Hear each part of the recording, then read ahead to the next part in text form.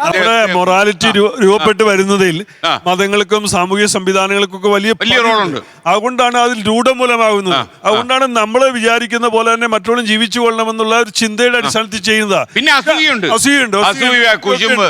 തനിക്ക് കിട്ടാത്തൊന്നും മറ്റുള്ളവർക്ക് കിട്ടരുത് എന്ന ആഗ്രഹം.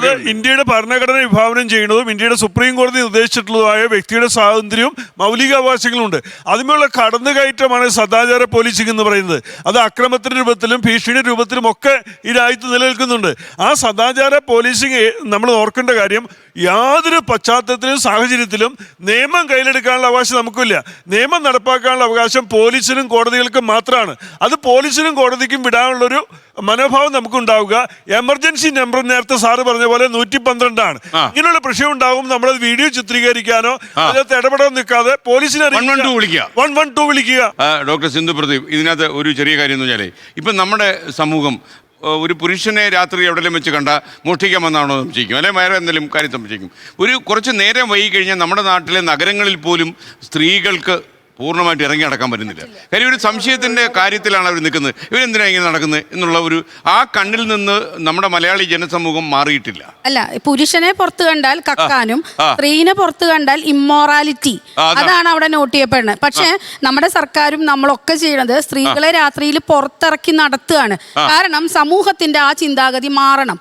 ഇപ്പൊ ഈ നേരത്തെ പറഞ്ഞ പോലെ ആരുടെങ്കിലും മനസ്സിൽ കിട്ടാത്തത്, ഈ സാറിന് പറഞ്ഞ പോലെ എനിക്ക് കിട്ടാത്തത് മറ്റൊരാൾക്ക് കിട്ടുമ്പോ അതിനെ അവര് യൂസ് ചെയ്തോട്ടെ, അല്ലെങ്കിൽ അവരെ റെസ്പെക്ട് ചെയ്യല്ല ചെയ്യണത്, അതിനെ എതിർക്കുന്ന ചില ആൾക്കാരാണ് ഈ പ്രശ്നങ്ങളിലേക്ക് മുഴുവൻ വരുന്നത്. അപ്പൊ പൊതുസമൂഹത്തിന് മതിയായിട്ടുള്ള അവബോധം കൊടുക്കണം.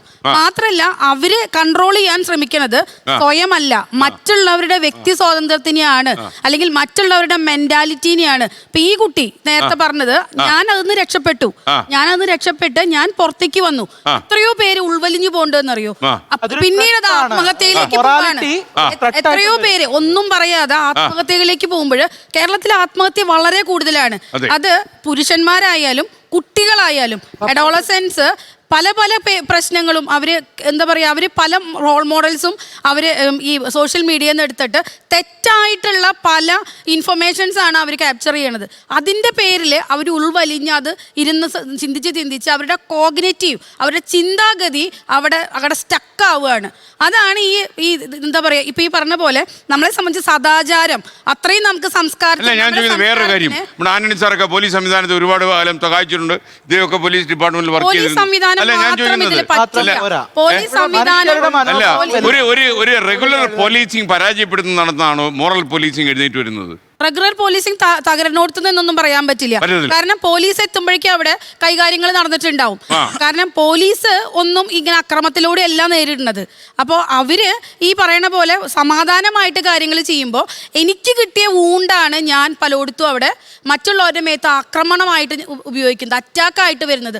അതിലെന്തോ ഒരു പ്ലഷർ ഈ ചെയ്യുന്നവർ കണ്ടെത്തുന്നുണ്ട്. ലോകത്തെവിടെയായാലും ഏത് സമയത്തും 24 വാർത്തകളും ഓഗ്മെന്റഡ് റിയാലിറ്റി പാക്കേജുകളും എക്സ്പ്ലെയിനറുകളും വിശദമായി കാണാൻ ഞങ്ങളുടെ യൂട്യൂബ് ചാനൽ നിങ്ങൾക്ക് സബ്സ്ക്രൈബ് ചെയ്യാം.